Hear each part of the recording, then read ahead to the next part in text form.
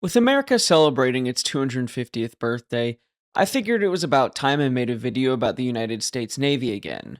What's a more American subject than missiles on battleships? If you haven't heard, America is building new battleships.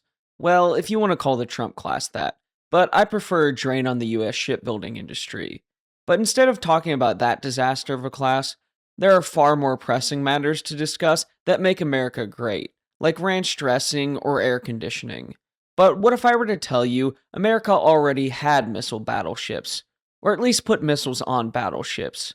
You'd probably scoff and say something like, it sounds like a made up scenario.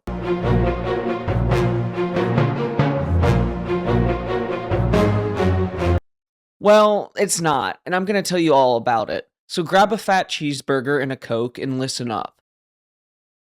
Our story with America's experimental battleships takes us back to a simpler time, a time when battleships weren't nearly as potent as they used to be, the Second World War.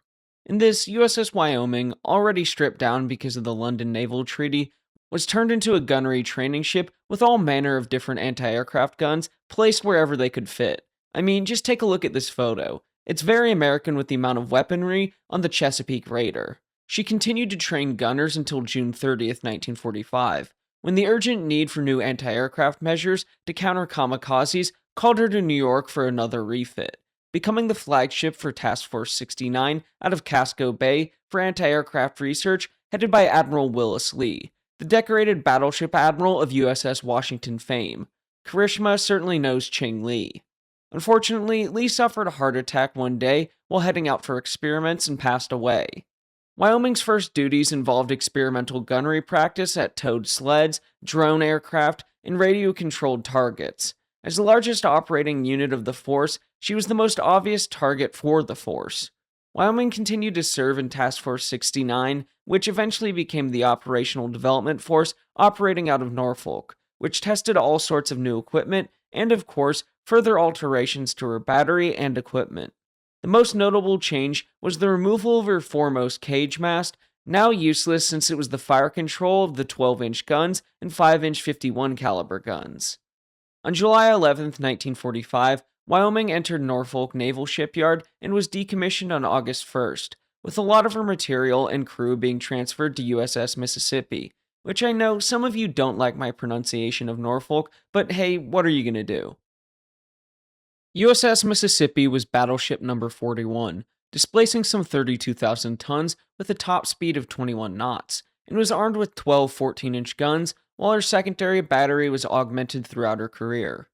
Mississippi entered service in 1917 and served throughout the interwar period, being modernized in 1931, and throughout the Second World War, not being present at Pearl Harbor during the attack on December 7th, 1941, and notably being part of Admiral Jesse Oldendorf's battle line, helping to destroy a Japanese thrust into Leyte Gulf.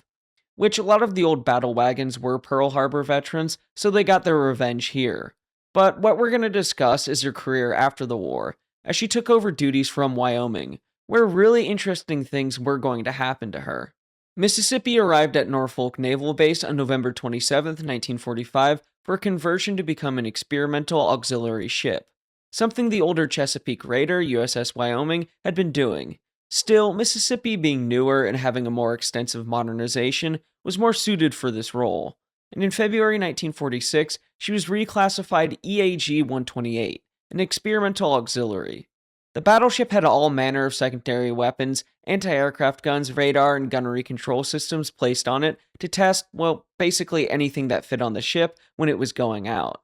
And she was starting to look pretty funny like Wyoming with all the different guns on the battleship. Truly an American ship with the amount of firepower on it. Almost like a buffet of guns.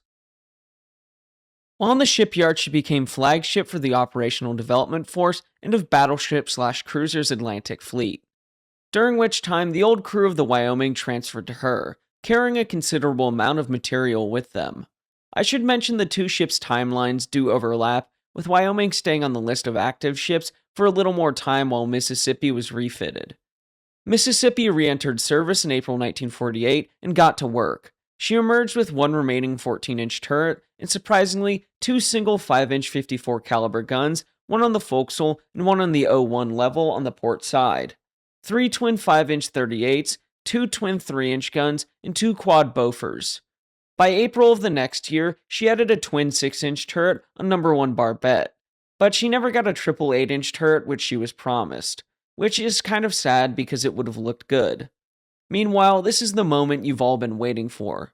The ship was designated to test the new Terrier anti-aircraft missiles, and this is where things really start to get interesting, as she was given 2 Mark I launchers, which would be installed aft in places of numbers 3 and 4 turrets. These weapons were first test-fired off the Virginia Capes in late January 1953, and the ship was also employed in the testing of the Petrel air-surface missiles in February 1956. By this time, the Bofors were gone. In this photo, you can see Mississippi firing her Terrier missiles in that 1953 test. A great photo illustrating how far the ship had come, entering service in the age of steel and shot, being designed for battles like Jutland the year before she entered service, to now, as seen in this photo, testing missiles, a fast-moving world of technology. America's real missile battleship.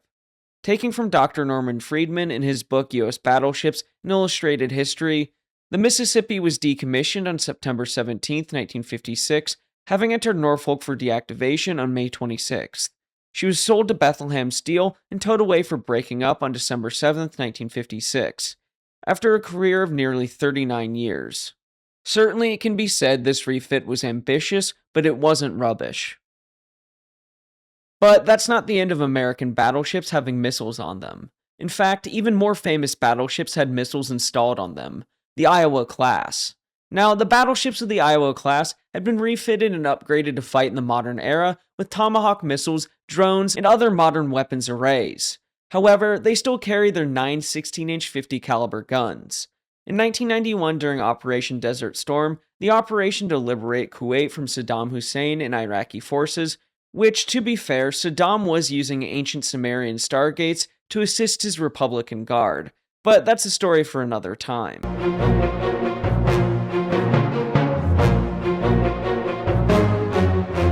Anyway, USS Missouri and Wisconsin were signed to the Persian Gulf and directed to fire a sequence of 47 Tomahawk missiles.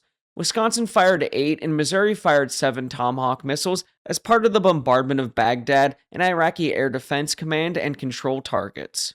During the night of the 18th, Wisconsin fired a further 16 missiles and Missouri fired 13, although one missile failed and a replacement was fired in its place. In total, Wisconsin directed the firing of 213 missiles in the operation. Missouri was responsible for the coordination of fire support for coalition forces moving against the Iraqi army and opened fire with their 16-inch guns against Iraqi forces on February 3rd, destroying command bunkers. For the bombardments, Missouri was using her Pioneer RQ-2 drone off her fantail for spotting gunfire, a bit different than the catapult-launched aircraft she launched in the Second World War. The drone was crucial in relaying video and infrared images, and the results were amazing gunnery by the battleship. On February 24th, Missouri commenced shore bombardments off Failaka Island. This was part of a deception to force Iraqi commanders to believe the major offensive would be an amphibious landing and not the planned advance over land from Saudi Arabia. The deception was successful, and Missouri destroyed a significant number of Iraqi forces after firing 133 rounds of her 16-inch guns. Iraqi forces retaliated by firing 2 Chinese-made Silkworm missiles, each armed with a 1,113-pound warhead, at Missouri. Missouri wasn't hit by any missiles, as HMS Gloucester, accompanying Missouri, destroyed one Silkworm, and the other missile crashed into the sea. Good to see our British brothers looking out for us. No hard feelings about all that tea, though. Missouri then destroyed the Silkworm battery with 50 shells from her 16-inch guns. An appropriate response, if you ask me. Reminds me of Wisconsin's Temper incident during the Korean War.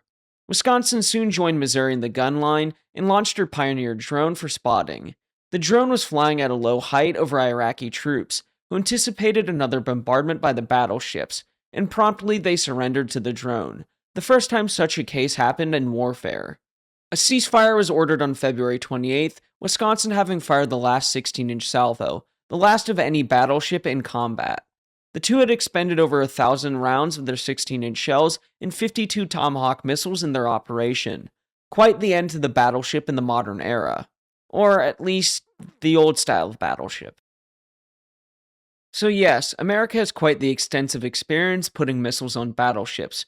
A weird phenomenon, I know. But hey, one of our best traits is figuring out a way to deliver an overwhelming amount of firepower to an adversary. Still, with the World Cup going on, and people seemingly discovering America isn't as bad in person as the media portrays it, I hope my fellow Americans show our appreciation to the world, and especially our country.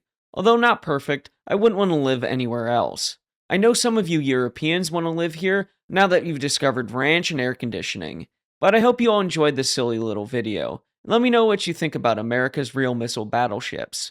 Thank you all for watching, and don't forget to like, comment, and subscribe as it'll help the channel to grow. Until next time, my friends, have a great week.